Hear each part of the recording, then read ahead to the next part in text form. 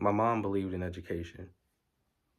She was really heavy into the importance of learning and where it could take you.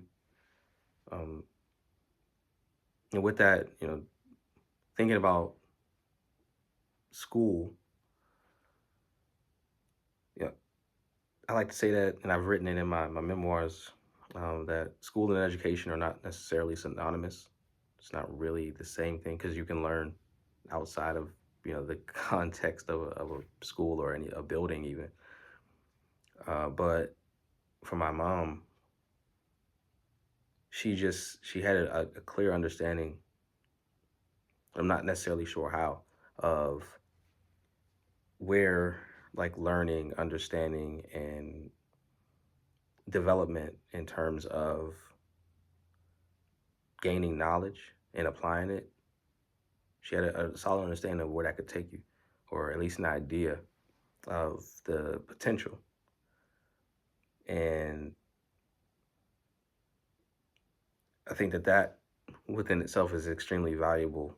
And it's really been helpful for me and in my growth and development overall, to the point where now I'm able to consider and have those same views and I guess you call them beliefs. I mean, I'm also living kind of living proof and testament of her, I guess you call it ideology, around education. And where I am now, and the importance of the things that I started creating years ago at this point, which are now coming back. And it's interesting to kind of see something that you produced, 5 years ago, have relevance and where you're sitting right now, more relevance than when you actually produced it, right? Like Melanated Mathematics, like I saw a need, um, saw disparity, the things that when I was in school I didn't see, right? Or they weren't accessible. It wasn't available. Nobody, nobody. I'll just say nobody created it. It wasn't there. And then seeing that same thing on the other side of being in the education system, right? From being a student to being an educator myself, teacher, school administrator, what have you. There, the the need was still the same. So why not, fill the void? And I think that's kind of the premise of what I've got from my mom's vantage point on it. Is realizing that learning, true learning, right? Like one of my favorite quotes from Carter G. Woodson in Miseducation of the Negro is he mentions true education, right, or real education means to inspire others to live abundant lives, right, to find life as it is and make it better. Paraphrasing a little bit, but that's pretty much it, right? That's the gist of it. Is finding life how it is right now, how I see it, and doing what I can in conjunction and support with other people to make things better, right? And then the cool thing with a lot of this, especially with like algorithms of success, is that a lot of the focus, all of the focus essentially is on youth, right? On people who are still growing, developing, learning, coming into being themselves, which is really important and impactful because we all know how impressionable, right, and malleable the minds of children are and can be. Add all that to being a dad, of a 5-year-old.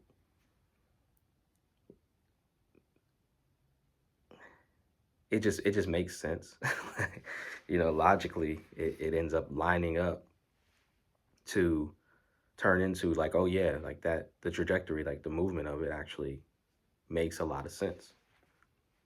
Right? Of course, having these experiences, having um, the influences that I've had in school, out of school, as a child and an adult, would play a role in where I am right now, and then even just professionally, right, in a STEM career, pivoting into education, getting a feel for what the landscape of a lot of things kind of look like in the world, even going into technology.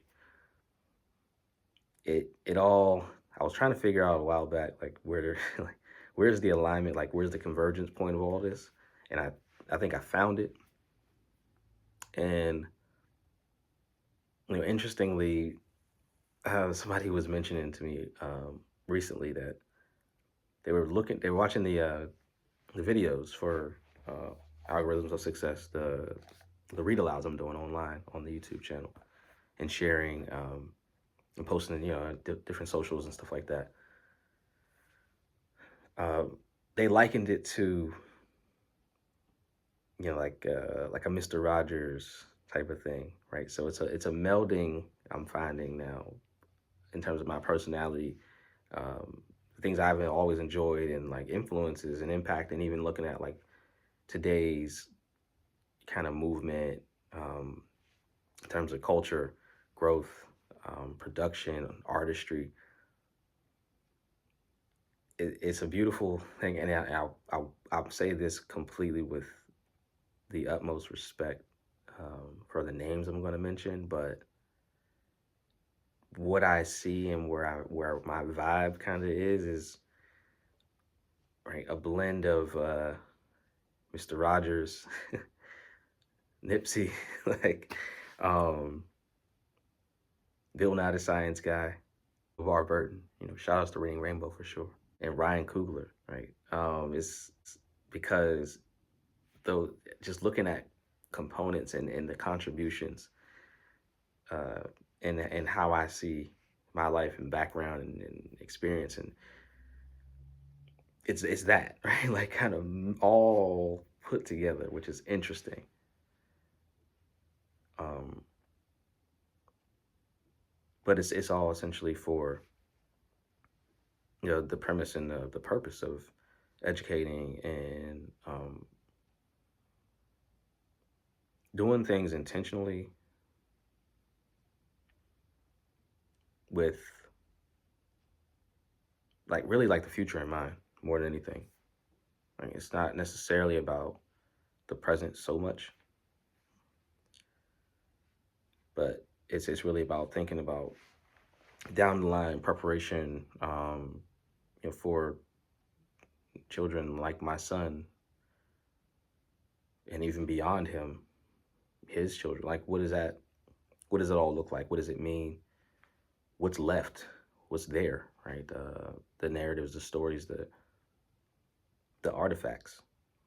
That's kind of where I am with a lot of stuff now. Is like really thinking about producing artifacts, so that regardless of me being here or not, is you can pick up, you can pick this up, right? Or you can get it online and download it or whatever, and these things withstand kind of the test of time, and they're real, right? Even this bookmark. I don't know if people have noticed, like this bookmark I'm using in this book whenever I do the reading. I mean, it's a Melanated Mathematics card, right, with the number on the back, and just like stuff like this is right. There's a relevance, um, and it comes from like a real place. So it's building with, again, intention, but at the same time, it's really just out of love. I mean, if that might sound kind of weird and cliche, but that's where it's from. And even this morning, I was riding in the car with my son, taking him to school, and I started generating these songs. So, spoiler, there's going to be essentially like an album that comes out, right? I'm dropping that album, not like you think though. It's like children's, educational, STEM based, and with a lot of the technology tools, AI stuff like that, you can produce these things, right? Even if you're not a musician, which I'm not. But shout outs to everybody who does create music. This is not to take away from talents or energies or efforts there. It's my way of leveraging creativity and technology to drive forward, kind of like what I'm building and producing. So, but yeah, just like an album coming out that goes along with algorithms of success and everything. STEM related, really driving that home and understanding what that means practically, but making it fun. So I was playing one of the songs. I started out playing one of the songs this morning in the car for my son, and I was like, man, what you think?